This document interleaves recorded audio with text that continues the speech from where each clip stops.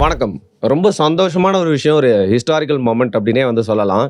உங்களுக்கு நல்லா தெரியும். நம்ம கொலோனியல் ரூல்ல டச்சு, இங்கிலீஷு, ஃப்ரெஞ்சுன்னு எல்லாருமே இங்க ஆண்டுட்டு போனது மட்டும் இல்லாங்க, நெறைய விஷயத்த இங்க லவட்டிட்டு போயிட்டாங்க.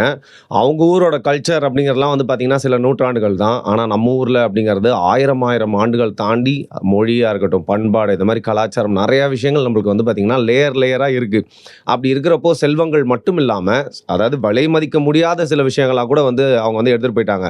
அது என்னன்னு கூட நெறைய தெரியாம பார்த்தீங்கன்னா, பிரிட்டிஷ்காரர்கள், பிரெஞ்சுக்காரர்கள், டச்சுக்காரர்கள் எடுத்துட்டு போயிட்டு, அவங்கவங்க ஊர்கள்ல பார்த்தீங்கன்னா, மியூசியம்ல வச்சுக்கிட்டாங்க. ஏன்னா, அவங்க ஊர்ல இந்த மாரி பழமையான, தொன்மையான விஷயங்கள் காட்டுறதுக்கு நெறைய இருக்காது அப்படிங்கிறனால, அவங்களுடைய ஆதிக்கத்த காட்டுற மாரி, அதோட சிம்பிள் மாரி பார்த்தீங்கன்னா, எதெல்லாம் இந்தியாலருந்து எடுத்துட்டு போனாங்களோ, அவங்கவங்க ஊர் மியூசியம்ல வச்சிருக்காங்க. அப்படி பார்க்கையில, அமெரிக்காவா இருக்கட்டும், அமெரிக்கா இந்தியால கொலோனியலா ரூல் பண்ணலனா கூட அவங்க ஊர் மியூசியம்ல கள்ளச்சந்தையில நெறைய விஷயங்கள வாங்கி வச்சிருக்காங்க. பிரிட்டிஷ் மியூசியம்ல சொல்லவே தேவையில்ல. போனீங்கன்னா, அவங்க ஊர் பொருட்களோட பார்த்தீங்கன்னா, உலகத்துல இருக்க மற்ற நாடுகளோட பொருட்கள் தான் அதிகமா இருக்கும். அதே மாரி தான் பார்த்தீங்கன்னா, பிரெஞ்சுல இருக்க அந்த லோவர் மியூசியம்லயும். ஆனா, நெதர்லாந்து ரீசென்ட்டா ரொம்ப டீசென்ட்டா ஒரு விஷயத்த பண்ணியிருக்காங்க. பிரதமர் மோடி அங்க விசிட் பண்றப்போ பார்த்தீங்கன்னா, ஒரு விஷயம் நடக்குது. பட் இதற்கான விதை 2023லயே போட்டாங்க. ரீசென்ட் டைம்ஸ்ல பார்த்தீங்கன்னா, கொலோனியல் ரூல்ல யாரெல்லாம் இந்த மாரி எடுத்துட்டு போனாங்களோ, லீகல் கிளைம் நம்ம இந்தியாக்கு இருக்கு அப்படிங்கிறத ஃபார்மலா நம்ம ரிக்வெஸ்ட் பண்ணோம் அப்படின்னா, ரிக்வெஸ்ட்ன்னு சொல்ல முடியாது. நம்ம கிளைம் பண்ணோம் அப்படின்னா பார்த்தீங்கன்னா, அவங்க அத குடுத்து தான் ஆகணும் அப்படிங்கிற மாரி இன்னைக்கு உலக நாடுகளுடைய சட்டங்கள் வந்துருச்சு. அது மட்டும் இல்லாம பார்த்தீங்கன்னா, இந்த சிவிலைஸ்ட் வேர்ல்ட்ல அதான் மரியாதை. அண்ட் இன்னைக்கு இருக்க சூழ்நிலையில இந்தியா கிட்ட வேண்டிய காரியங்கள் அப்படிங்கிறது மற்ற நாடுகளுக்கு நிறைய இருக்கு அப்படிங்கறதுனால அவங்க அடிபணிஞ்சு போயிட்டு ஒரு டிப்ளமேட்டிக் ரீதியா பார்த்தீங்கன்னா இந்த மாதிரி ஆர்டிஃபேக்ட்ஸை திரும்பி கொடுக்க ஆரம்பிச்சாங்க. ஸோ 2023ல இந்த லைடன் செப்பேடுகளை மீட்கணும் அப்படிங்கிற ஒரு பெரிய கோரிக்கை பார்த்தீங்கன்னா தமிழ் ஆர்வலர்கள் மத்தியில் ஒரு பெரிய கோரிக்கை எழுது, ஒரு பேசு பொருளாக மாறுது. அப்பதான் இந்த லைடன் செப்பேடுகள்லாம் என்ன அப்படின்னே நிறைய பேர் பேசுறாங்க. ஏன் இது இவ்வளவு முக்கியம் அப்படின்னு. ஏன்னா ஒவ்வொரு வாட்டியும் பார்த்தீங்கன்னா நம்ம ஊர்க்காரர்கள் நெதர்லாண்டுக்கு போறப்போ அங்கே இருக்கிற மியூசியமில் பார்க்குறப்போ இது எங்கள் ஊர் ஐட்டம், இது ஏன் இங்கே இருக்குது அப்படிங்கிற ஒரு பேசு பொருள் பேசிட்டு போயிடுவாங்க. பட் தமிழ் ஆர்வலர்கள், ஹிஸ்டாரியன்ஸ்லாம் அங்கே போயிட்டு பார்க்குறப்போ வயிறறிஞ்சிட்டு இது நம்ம ஊரில் இருக்க வேண்டியதுரா, நம்ம ஊர் பசங்களை இதை பார்த்து படிக்கணும், நம்மளுக்கு பெருமை சேர்க்கக்கூடிய ஒரு விஷயம், விலை மதிப்பில்லாதது, இது ஏன் இங்கே இருக்குது அப்படிங்கிறது கொஞ்சம் கொஞ்சமாக வேர்ட் ஆஃப் மவுத்தில் பரவி பார்த்திங்கன்னா நம்ம ஊரில் முக்கியமான நபர்கள் அரசாங்கத்துக்கிட்ட அவங்க கண் முன்னாடி இதை வைக்கிறாங்க. அதுக்கப்புறம் இந்த ரிக்வெஸ்ட் ஃபார்முலா சப்மிட் பண்ணப்பட்டாலும் எப்போவே நெதர்லாண்டு அரசு திருப்பியும் கொடுக்கறதுக்கு ரெடி ஆகிட்டாங்க. பட் நம்ம மோடிஜி அவர்களும் பார்த்தீங்கன்னா உலகத்தில் எத்தனை நாடுகள் இருக்கோ அதில் முக்கியமாக எல்லா நாடுகளுமே கவர் பண்ணியிருந்தாலும் நெதர்லாண்டுக்கு ஏதாவது மற்ற வேலைகள்லாம் இருந்தால் தானே போகணும். அப்போ அந்த வேலையை எப்போ கொடுத்தா கொஞ்சம் சிம்பாலிக்காக இருக்கும், ஒரு மரியாதை செலுத்தும் வண்ணமாக இருக்கும் அப்படிங்கிறதுனால 2026 வரைக்கும் வெயிட் பண்ணி இப்போ மோடி அவர்கள் அங்கே போகிறப்போ பார்த்தீங்கன்னா அவருடைய முன்னிலையில் மீண்டும் அதோட உண்மையான உரிமையாளர்களான இந்தியாவுக்கு மன்னிக்கணும் தமிழ்நாட்டுக்கு சேர்றதுக்காக பார்த்தீங்கன்னா நெதர்லாண்ட்லேருந்து அந்த லைடன் செப்பேடுகள் இந்தியாவை நோக்கி வந்து கொண்டு இருக்கிறது. சரி, இந்த லைடன் செப்பேடுகளை பற்றி நீ இவ்வளோ பேசுறியா, அதில் அவ்வளோ என்னப்பா முக்கியமாக இருக்குது அப்படின்னு கேட்டிங்கன்னா, இது 1000க்கும் வருஷத்துக்கும் மேற்பட்ட பழமையான செப்பேடுகள்.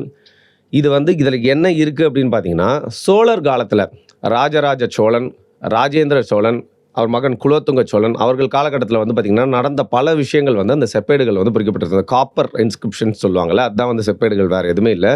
21 செப்பேடுகள் மட்டும் இல்லாமல் முத்திரை. இப்போ அந்த காலகட்டத்தில் பார்த்திங்கன்னா அந்த அரசாங்கத்தோடைய முத்திரை இன்னைக்கு சீல் வைக்கிறாங்களே, அந்த மாதிரி மோதிரம் வச்சு முத்திரை வைப்பாங்க. அந்த மாதிரி ஒரு முத்திரையும் கிடச்சிருக்கு. இதோட எடையே பார்த்திங்கன்னா 31 கிலோ கிட்ட இருக்கான். இப்போ பார்த்துக்கோங்க, அப்போ செப்பேடுகள்லாம் செய்கிறதுக்கு எவ்வளோ கஷ்டமாக இருந்திருக்கும், தூக்கிட்டு போகிறதுக்கு எவ்வளோ கஷ்டமாக இருந்திருக்கணும். இதில் இருக்க கான்டென்ட், அதில் இருக்கக்கூடிய விஷயங்கள் என்ன அப்படின்னு பார்த்தீங்கன்னா, இன்ஸ்கிரிப்ஷனில் என்ன இருக்குது, ஸ்ரீவிஜயம் அப்படிங்கிற பேரரசு இருக்கு. அங்கிருந்து பார்த்தீங்கன்னா நம்ம நாகப்பட்டினத்துக்கு பக்கத்துல புத்த விகாரங்கள் கட்டுறதுக்காக பார்த்தீங்கன்னா சில ஏற்பாடுகள்லாம் நடக்குது. அப்போ அந்த புத்த விகாரங்கள் பெருசாக கட்டி அங்கே இருக்கக்கூடிய ஒரு மன்னன் தன்னுடைய தந்தைக்கு அதை டெடிகேட் பண்ணுற மாதிரி பார்த்தீங்கன்னா ஒரு புத்த விகாரத்தை ரொம்ப பிரம்மாண்டமான முறையில் கட்டுறாரு. ஆனால் நம்ம ஊர் ஆள் பர்மிஷன் கொடுக்கணும்ல, பர்மிஷன் மட்டும் இல்லாமல் ஒரு டிப்ளமேட்டிக் ரிலேஷன்ஷிப்போட ஒரு சிம்பாலை தான் பார்த்தீங்கன்னா இங்கே கட்டுறதுக்கு அனுமதிக்கிறாங்க. அனுமதிக்கிறது மட்டும் இல்லாமல் நம்ம ஆட்கள் எப்போவுமே கொஞ்சம் பெருமையும் அறமும் தானமும் கொஞ்சம் அதிகமாக வழங்கக்கூடியவங்க அப்படிங்கிறதுனால பார்த்தீங்கன்னா அந்த ஊரில் இருக்கக்கூடிய நிலம் மட்டும் இல்லாமல் அந்த புத்த விகாரத்துக்கு எந்தெந்த பகுதிகளெலாம் ரைட்ஸ் இருக்குது, எங்கெல்லாம் பார்த்தீங்கன்னா வரக்கூடிய செல்வங்கள் அந்த புத்த விகாரத்துக்கு சேரணும் அப்படிங்கிறத குறித்து பார்த்தீங்கன்னா அந்த செப்பேடுகளில் எழுதியிருக்கிறதாகவும் சொல்லப்படுது. அது மட்டும் இல்லாமல் ஸ்ரீவிஜயத்துக்கும், அதாவது ஸ்ரீவிஜயம் எம்பையருக்கும் சோழா டைனாசிட்டிக்கும் இருக்கக்கூடிய உறவு, அந்த நாட்டுக்கும் இந்த நாட்டுக்கும் இருக்கக்கூடிய ட்ரேடு, அது மட்டும் இல்லாமல் அந்த காலகட்டத்தில் பார்த்தீங்கன்னா தமிழகம் எந்த அளவுக்கு எல்லா மதங்களையும் பார்த்தீங்கன்னா அரவணைச்சது. முற்றிலுமா வந்து ஒரு மதத்த வந்து ஏத்துக்கலன்னா, அந்த நாட்ல அந்த மன்னர் ஏத்துக்கலன்னா, ஒழிக்கவே ஒழிக்காம எல்லாத்தையும் அரவணைச்சது எப்படி? அப்படிங்கிற மாரி பல விஷயங்கள் அந்த செப்பேடுகள்ல இருக்கு. பெரும்பான்மையா தமிழ் மொழியில தான் வந்து பார்த்தீங்கன்னா, அதுல வந்து இருக்கு. அதையும் தாண்டி மற்ற மொழிகள் அந்த காலகட்டத்தில ரொம்ப சிலரே யூஸ் பண்ணிட்டு இருந்தா, இன்னைக்கும் வந்து பார்த்தீங்கன்னா, ரொம்ப கொஞ்சமா யூஸ் பண்ணிட்டுருக்க ஒரு மொழியும் பார்த்தீங்கன்னா வந்து அந்த செப்பேடுகள்ல வந்து இருக்கு. ஸோ இதுதான் அதுல இருக்கக்கூடிய ஒரு கான்டென்ட்.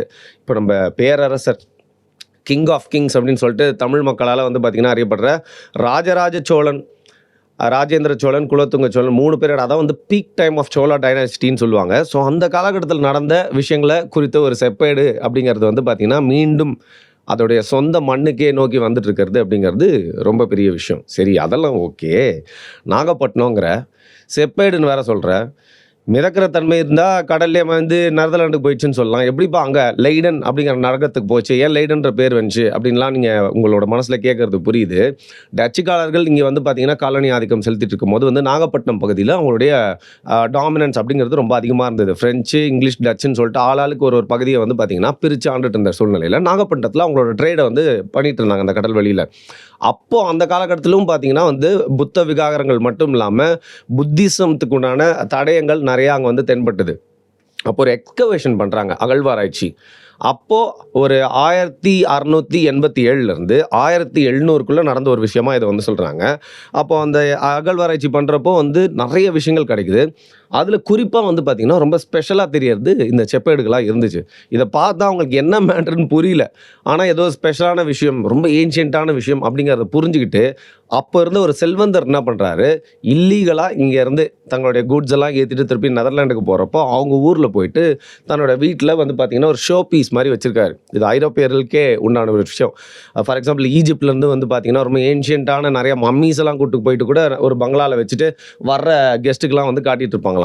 அந்த மாதிரி அவர் வந்து வீட்டுக்கு வரவங்களுக்குலாம் பெருமையாக காட்டிட்டு இருக்கிறது மட்டும் இல்லாமல் தன்னுடைய குடும்ப சொத்தாவே அதை வந்து வச்சுருந்தாரு. அவருடைய பேரன்கள் எல்லாருமே வந்து பார்த்திங்கன்னா வழி வழியாக அதை வந்து வச்சுட்டே இருந்தாங்க.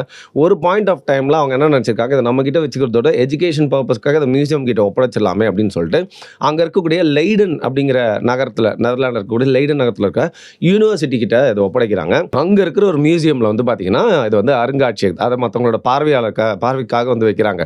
ஸோ எப்பேற்பட்ட ஒரு பெரிய சர்க்கிள் வருது பாருங்க. அதுக்கப்புறம் நம்ம ஆட்கள்லாம் உடனே நெதர்லாண்டு டூர்லாம் போக மாட்டாங்கல்ல. பட் கொஞ்சம் கொஞ்சமாக நெதர்லாண்டுக்கு நிறைய பேர் போய், முக்கியமாக தமிழ் மக்கள் போய், நான் ஏற்கனவே சொன்ன மாதிரி தமிழ் ஆர்வலர் கண்ணில் பட்டு இன்றைக்கி வந்து இந்த லெய்டன் செப்பேடுகள் நம்ம ஊரை நோக்கி வந்துகிட்டு இருக்கு.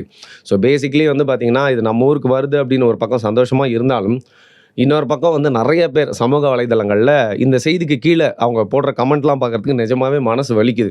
அவங்களுக்கு பெருமையாக இருக்குது நம்ம ஆட்களுக்கு திருப்பி அந்த செப்பேடு வருதுன்னு.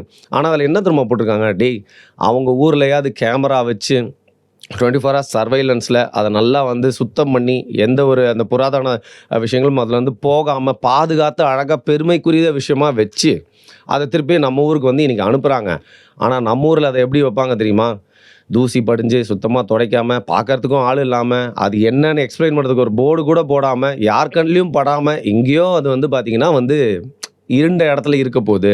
அப்படி இருக்கிறதுக்கு அவங்க ஊர்லேயே இருந்திருக்கலாமேன்னு ஒரு விரக்தியில் பேசுகிறாங்க. உடனே நீங்கள் யோசிக்கலாம், என்னடா நாட்டுப்பற்றே இல்லையா அவங்களுக்கு இப்படிலாம் பேசுகிறீங்கன்னு சொல்லிட்டு. அவங்க சொல்கிறதுலேயும் சில உண்மைகள் இருக்க தான் செய்யுது.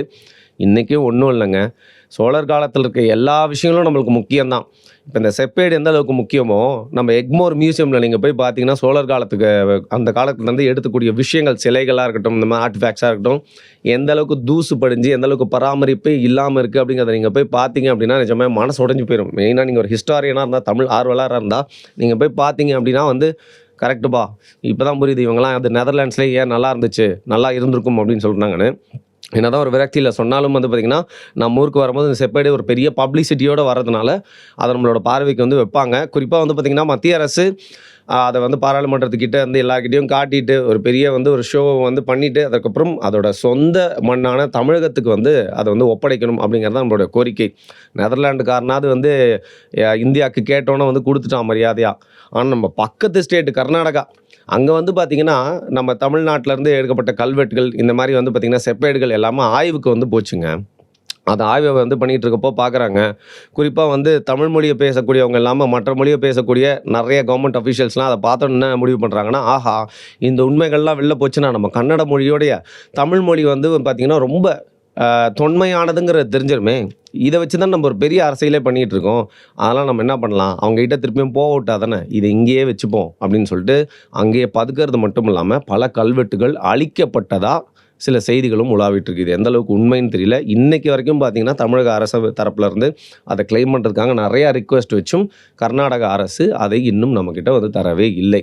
ஸோ நெதர்லாண்டுக்காரனே பரவாயில்லன்னு ஏன் சொன்னேன்னு இப்போ உங்களுக்கு புரிஞ்சிருக்கும் அப்படின்னு நெனைக்கிறேன்.